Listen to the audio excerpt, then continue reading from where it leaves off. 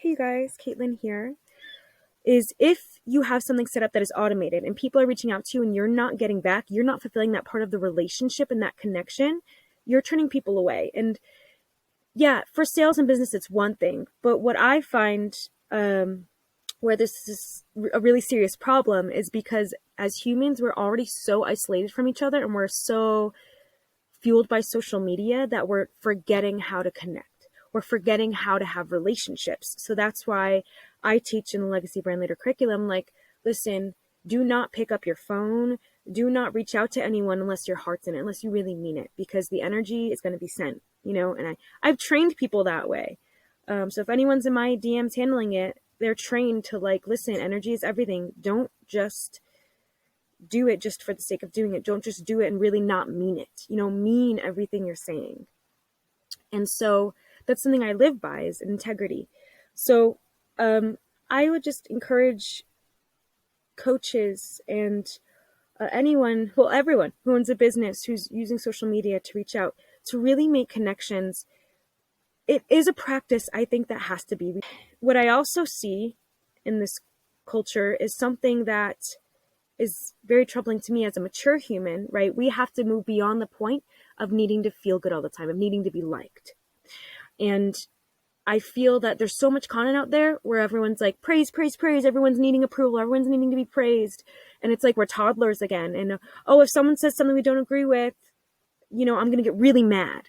I'm going to say something mean about you, or I'm going to be offended, and like people are choosing to be offended. People are choosing to be committed to misunderstanding each other. People are choosing to be divisive. I just want to share that if someone is sharing something with you, and there's no harm in the intention, but it is truth, be grateful for that truth. You have to be coachable. That's being coachable. People think they're building a business, but they're actually building their egos, right? When we're relying on social media, when we're relying on people to make us feel good, when we show up to be liked, right? What is social media doing? Training us to show up to be liked. It's developing our egos so much that we are losing the ability to think and show up and be receptive of things that don't agree with us, of things that are contrary to what we're doing. And so I'm just coming out to ask, have you experienced this? How does it affect you? I've seen that it's hurting human relationship, and it just makes me sad. So just want to put that out there, that if someone is truly wanting to connect with you, here's what it will look like. They're going to say, I look forward to learning about you, and they're going to ask questions about you. They're going to invite you on a phone call outside of social media, and they're going to want to learn about you.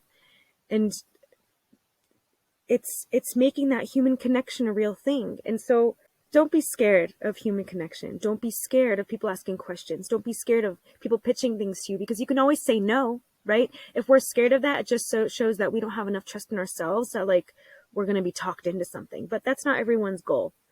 That's not everyone's goal at all. And so if you are on the other side of this and you are like me, reaching out to people and wanting to connect, and have found walls as well, always state your intention, and in social media, it's hard, right? Because people are rushing and they're reading and they're listening just to hear it, but they're not really actually listening to what you're saying in context. They're just listening to get it done with so they can be polite and reply, And so another sign for if someone's being real and wants to connect with you, you can tell because there's not going to be this tension of like holding your breath and smiling all the time and that nervous energy. That's what I learned these past 2 years. And then when I realized, I can't speak my truth here without you getting mad. I can't make a mistake without you getting mad.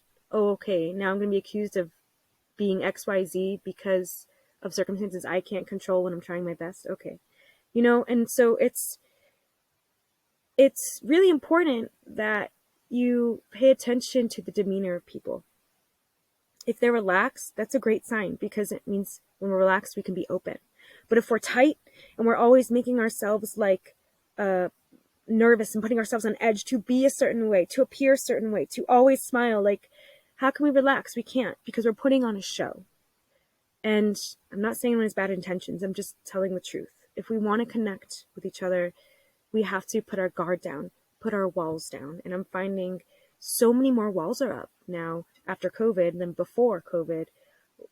So I just want to encourage you, if you're kind of one of those people who don't really like performing on social media, and continue keeping your wall down.